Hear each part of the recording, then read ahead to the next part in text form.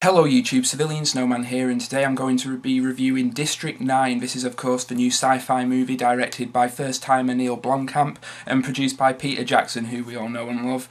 And I must warn you that from the outset this review will contain spoilers, because I can't really give the film a fair review without spoiling a few things. So if you haven't seen the movie, I highly recommend you go out and see it before you watch this review. The basic plot of the film is that an alien spacecraft came to Earth and is suspended over Johannesburg and has been for 20 years. The aliens on board the spacecraft have been taken out and given a plot of land for them to live in by a multinational corporation called MNU. So they are now living there, and this place has essentially become a slum, and the aliens are being mistreated and stuff. So that all that's in the trailer, but that's kind of the setup of the film. It's under these circumstances that we meet our main character, and that is a guy called Vickers, who works for the MNU corporation, and he's serving eviction notices for the aliens because they want to move them to District 10, which is essentially a concentration camp. So he's serving all these eviction notices, and he's a right little dweeb. He's played by someone called Sharlto Copley, I do believe his name is. He's a great actor. I think this could quite possibly be his first film, but I've never seen him before, but he's great in it. And he's, you know, he really is a creep at the beginning of the film. You hate him, the way he talks to the aliens, just the way he carries himself. He's a right little dweeb, a creep, and just the kind of guy that you want to slap across the face as soon as you see him.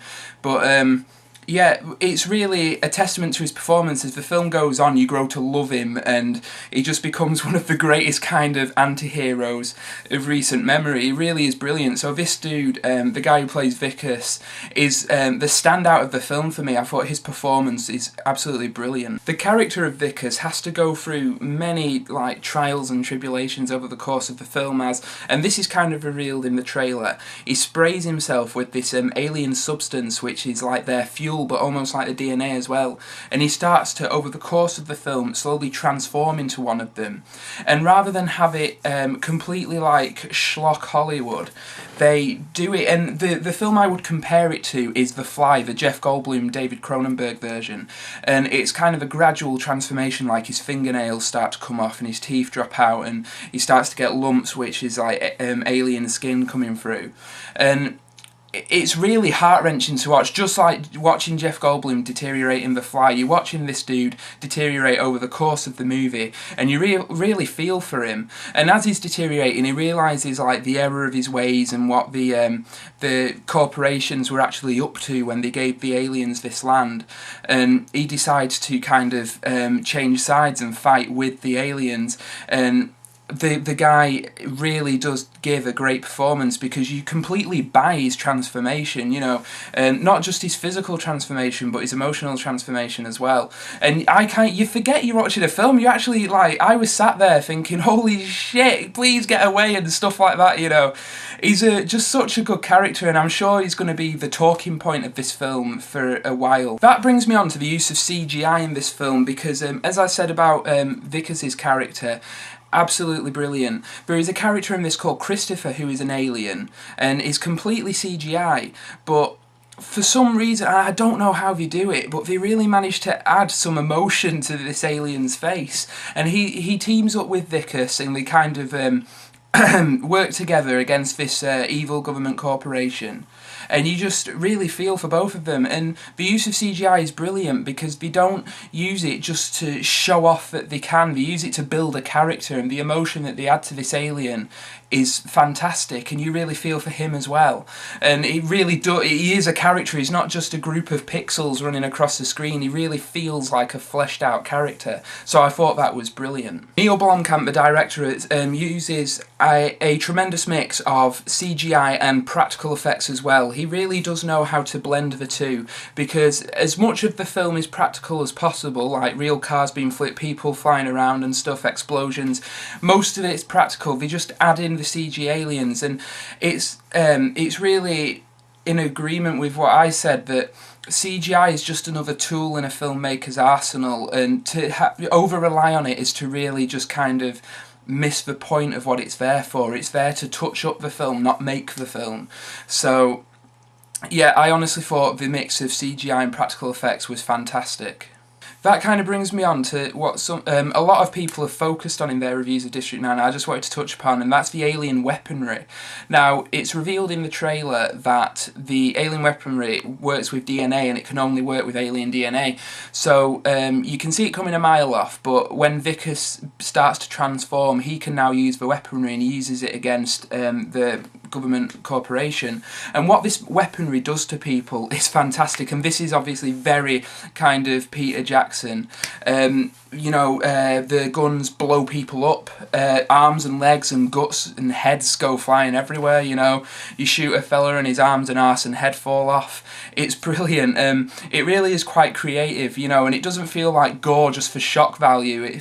It's there as a humorous thing. I mean, I and the rest of my audience, we were all kind of laughing because the way it's shot, it's kind of almost detached from the morality of what's actually happening on screen, and it's very darkly humorous. So I think that's really good how they managed to mix the outlandish gore with humour, and it really is like a throwback to the slapstick films, the splatstick films of the 1980s. So I really got a kick out of seeing all that. Another thing I absolutely love about this film is how they managed to mix styles of filmmaking. Like the first half hour is mock documentary, and that's all you really see in the trailer. And I was kind of wary because even though I like mock documentary, with a film like District 9, I would rather it just get on with the action, and because mock documentary can become a gimmick when you watch 2 hours of it. But luckily, after the first half hour, it kind of shifted into normal dramatic territory, and it was still shot handheld, but more like a war movie. It wasn't mock documentary, it was just shot like a war movie would be shot, and it would occasionally go back to the mock documentary style here and there. But I really thought that worked well. I mean, it worked better this way than having it either all documentary style or all normal traditional style. To mix the two, and really well. I mean, through the editing, the pacing's really well. When it cuts to the mock documentary style, it's at the right spot. So they've clearly thought it through where they're going to cut to these different styles of filmmaking, and it just works really well. It makes the film feel fresh as you're watching it. Like, it makes every scene feel fresh, if that makes any sense. But I thought that was really well done. There is a long build-up in this film to a climactic action scene, which is well worth it. I've heard people complain that there wasn't enough action in it, but I think that is absolute crap, because there is action throughout the film, but at the end, the last 20 minutes is just all-out action, and it's something like you'd see in Black Hawk Down. It was very similar in style to that movie, and I thought it was brilliant. And not only that, though, while the action's happening, because I sometimes feel like in an action scene, it can become like you're just watching a video game, in the same way that CGI can make you feel that way, so can action if you're just watching people shoot at each other. But they managed to keep the characters' personalities in the action scenes, and it kept you invested.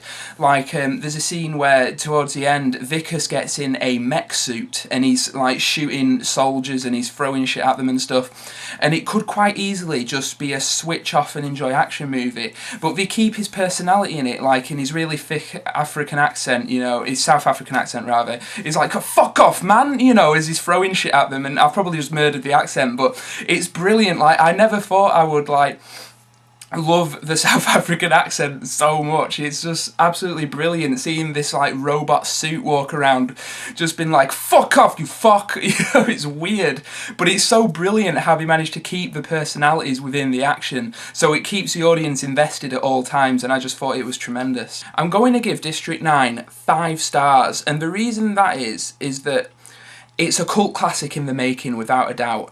While I was watching it thinking, on first appearances, this is a 4-star movie, through and through. It's brilliant, but not amazing. And then, just as I left the theatre and I started thinking about it, I was like, actually, I'm going to be watching this on Blu-ray a lot when it comes out. So I would recommend District 9 to any fans of sci-fi, or just any fans of film and going to the cinema, because it really is an original sci-fi movie. And to be quite honest, I think it's going to be one of the best sci-fi movies of the year. And 2009 is becoming a really good year for sci-fi. We've had Duncan Jones's Moon, which I loved. You can see my review of that on my channel.